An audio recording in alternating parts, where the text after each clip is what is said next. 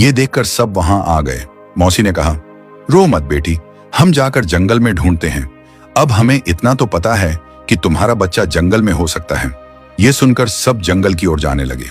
जंगल में जाने के बाद उन्हें पता चला कि नागवंश की गुफा कहाँ है। नंदा और कुछ गांव वाले गुफा के अंदर गए। नंदा ने देखा कि वहां बहुत सारे नाग हैं। कुछ नाग जमीन पर रेंग रहे थे तो कुछ पेड़ों की बेलों पर लटक रहे थे। उन सब नागों के बीच मेरे प्यारे छोटे बच्चे का क्या हाल हुआ होगा, ये सोचकर नंदा का दिल पसीज रहा था। उन नागों से बचते हुए नंदा आगे जाने लगी। उसने देखा कि अंदर बड़े बड़े पत्तों को चादर बिछाई हुई है और उस पर बैठकर नंदा का बच्चा नागिन के साथ खेल रहा है। नागिन बड़े प्यार से बच्चे के साथ खेल रही थी। अपने बच्चे को सही सलामत देखकर नंदा की आंखों से अब खुशी के आंसू बहने लगे। वो नागिन के पास गई और उसने कहा, हे नाग देवी, तुम्हारा बहुत बहुत धन्यवाद। आज तुम्हारी वजह से ही मेरा बेटा सही सलामत है। नंदा की बात सुनकर नागिन समझ गई कि यह बच्चा नंदा का है। नंदा ने कहा, यहां आते समय मेरे मन में बहुत बुरे बुरे विचार आ रहे थे, लेकिन तुम तो मेरे बच्चे के साथ ऐसे खेल रही थी जैसे उसकी सगी मां हो। नंदा की बात सुनकर नागिन ने कहा, सही कह रही हो तुम, मैंने इसे अपने बच्चे की तरह ही पाला है। उस दिन ये कड़ी धूप में नदी के किनारे पर चिल्ला चिल्ला कर रो रहा था। तब इसके आसपास कोई नहीं था। मुझसे इसकी हालत देखी नहीं गई और मेरी ममता ने जवाब दे दिया। मुझे इसे सुरक्षित रखना था, इसलिए मैं इसे यहां ले आई। लेकिन तुम अपने बच्चे को ऐसे कैसे छोड़ सकती हो? तुम्हें उसकी थोड़ी भी चिंता नहीं है? नागिन के ये सवाल पूछने पर नंदा ने रोते हुए अपनी पूरी कहानी नागिन को बताई। मेरा बच्चा ही मेरे जीने का सहारा है। ये कहते हुए नंदा ने अपने हाथ जोड़े और नागिन से कहा कि मुझे मेरा बेटा लौटा दो। नागिन को बच्चे से बहुत लगाव हो गया था, लेकिन नंदा को उसकी बहुत जरूरत है। ये जानकर नागिन ने बच्चे को नंदा के हवाले किया। नंदा ने प्यार से अपने बेटे को गोद में उठा लिया और उसे प्यार से चूमने लगी। नागिन की उदारता देखकर गांव वालों ने उससे वादा किया कि आज के बाद वो कभी भी किसी नाग को नहीं मारेंगे। नंदा अपने बेटे को लेकर घर आती है। अब नंदा के जीवन में उसके बेटे के रूप में खुशियां लौट आई थीं। नंदा अपने बेटे को हर वो मुमकिन खुशी देने की कोशिश करती थी जो वो दे सके। नंदा गांव के ही साहूकार के पास काम करती थी और पैसे कमाती थी। नंदा का बच्चा दीपू बड़ा हो रहा था। धीरे धीरे साल बीत गए और अब दीपू 20 साल का हो गया। नागिन अब बूढ़ी हो गई थी और थक गई थी। काल सर्प अभी भी दीपू से बदला लेने की फिराक में था। इतने सालों के बाद भी नागिन ने उसका किया हुआ अपमान वो भुला नहीं पाया था। वो गांव के आसपास ही रहकर दीपू पर नजर रखने की कोशिश करता था। नागिन अब समझ गई थी कि वो ज्यादा समय गुफा के बाहर नहीं रह सकती। उसे बस एक आखिरी बार दीपू को आंखें भरकर देखना था। नागिन धीरे धीरे रेंगते हुए गांव के पास आने लगी। दीपू भी एक खेत में काम करने जा रहा था। तभी अचानक काल सर्प ने उस पर हमला कर दिया। वो दीपू को डसने ही वाला था कि तभी नागिन बीच में आ गई। काल सर्प ने कहा, दूर हो जाओ नागिन, सालों पहले भी तुमने इसके लिए मुझे नागवंश से दूर करके मेरा अपमान किया था। मैं नहीं चाहता कि एक इंसान के लिए नागों में दुश्मनी हो जाए। नागिन ने कहा, और मैंने भी तुम्हें कहा था कि इस बच्चे से दूर रहो। काल सर्प ने कहा, नहीं, आज इसे मुझसे कोई नहीं बचा सकता। काल सर्प ने ऐसा कहा ही था कि नागिन उस पर झपट पड़ी। उन दोनों की लड़ाई देखकर दीपू ने गांव वालों को बुलाया। गांव वाले एक बड़ा जाल लेकर आए। नागिन अब बूढ़ी हो गई थी, इसलिए काल सर्प से ज्यादा देर लड़ नहीं सकती थी। गांव वालों ने काल सर्प पर जाल फेंककर उसे बांध दिया। आज एक बार फिर नागिन ने दीपू की जान बचाई थी। नंदा हाथ जोड़कर नागिन के पास आई और उसे धन्यवाद कहने लगी। आज अगर नागिन समय पर नहीं आती तो काल सर्प दीपू को मार चुका होता। दीपू ने भी नागिन को धन्यवाद दिया।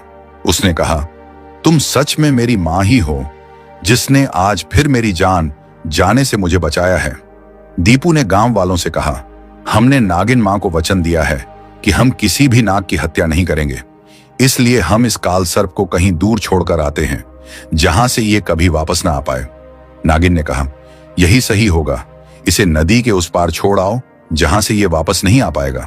दीपू नागिन से कहता है, तुम मेरे साथ मेरे घर रहो, लेकिन नागिन मना कर देती है। नागिन ने कहा, मैं बस तुम्हें एक बार जी भरकर देखना चाहती थी, अब मेरे नागवंश लौटने का समय आ गया है। नागिन दीपू को ढेर सारा आशीर्वाद देकर नागवंश लौट गई। दीपू और गांव वालों ने मिलकर काल सर्प को नदी के उस पार दूर छोड़ दिया, जहां से काल सर्प चाहकर भी लौट नहीं सकता था। एक नागिन ने एक इंसान के बच्चे की मां बनकर अपना फर्ज निभाया, ये देखकर सब गांव वाले सहम गए। आने वाले कई सालों तक नागिन और दीपू की कहानी गांव में चर्चा का विषय बन गई। प्यारे दोस्तों, आज की कहानी ऐसी एक मां की है जिसने खुद अपनी दो छोटी सी और मासूम बेटियों को एक अनाथ आश्रम के बाहर छोड़ दिया और खुद हवेली में लौट आई। आखिर ऐसी क्या मजबूरी थी उसकी जो उसे अपने दोनों बेटियों को यूं रास्ते पर छोड़ना पड़ा? क्या वो मां एक पत्थर दिल मां थी जिसे अपने बेटियों से बिल्कुल भी प्यार नहीं था, या उसकी कोई मजबूरी थी? आइए शुरू करते हैं उस मां की असली कहानी को, जिसे सुनकर आपकी रूह कांप जाएगी, ये सोचकर कि ऐसा भी कभी हो सकता है। ये कहानी है संध्या की। संध्या जो एक बहुत ही गरीब परिवार से थी। उसके पिता मजदूरी करके अपने परिवार का पेट पालने की कोशिश करते थे। उनकी मेहनत से उनकी पत्नी और बेटी को मुश्किल से एक वक्त का खाना नसीब होता था।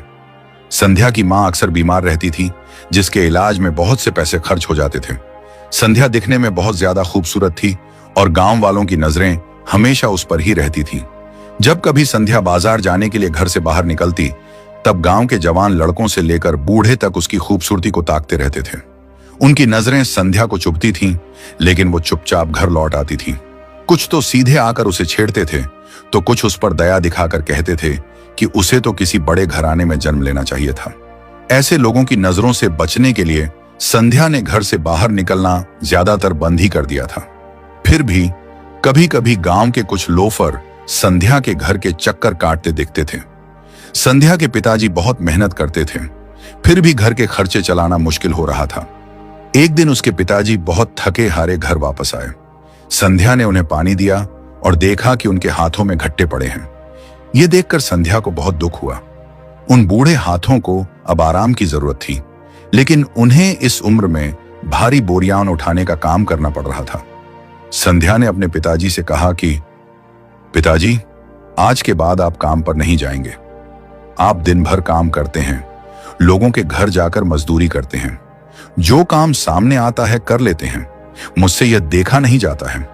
अपने बेटी की यह चिंता देखकर संध्या के पिता के झुर्रियों वाले चेहरे पर हल्की मुस्कुराहट आई। उन्होंने कहा, बेटा, काम तो करना ही पड़ेगा, काम नहीं करूंगा तो घर कैसे चलेगा? संध्या ने कहा, आज तक आपने बहुत काम किया है, आज के बाद मैं काम करूंगी और आप आराम करेंगे। संध्या की यह बात सुनकर उन्होंने गंभीर होकर कहा, नहीं बेटी, बाहर की दुनिया बहुत जालिम है। मैं जानता हूं कि कैसे गांव के लोफर तुम्हें छेड़ते हैं, तुम्हें ताकते रहते हैं। तुम अगर बाहर जाकर काम करोगी तो वो लोग तुम्हारा फायदा उठाने की कोशिश करेंगे, इसलिए मैं तुम्हें काम करने के लिए बाहर नहीं भेजूंगा। संध्या चुप हो गई।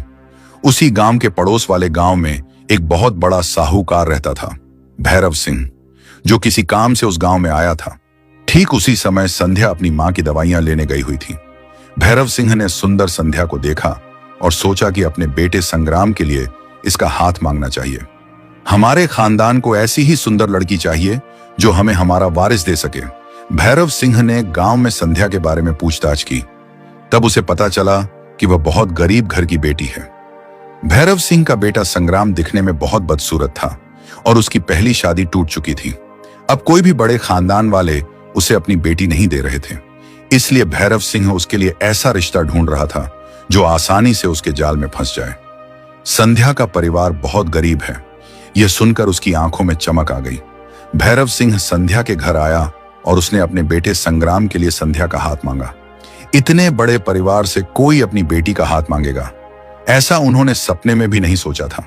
संध्या के पिताजी ने भैरव सिंह से कहा, आपसे बराबरी करने की हमारी हैसियत नहीं है, हम तो इतने बड़े रिश्ते के बारे में सपने में भी नहीं सोच सकते।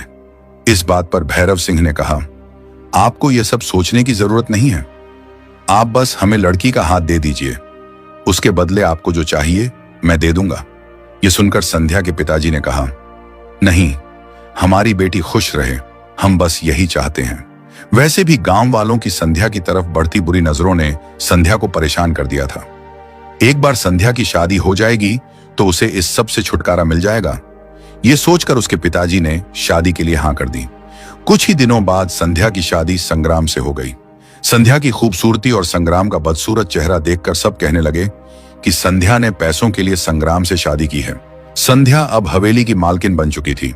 संग्राम का चेहरा देखकर संध्या को लगता था उसके जैसी खूबसूरत लड़की की शादी उसके पिताजी ने संग्राम के साथ किस मजबूरी में की होगी।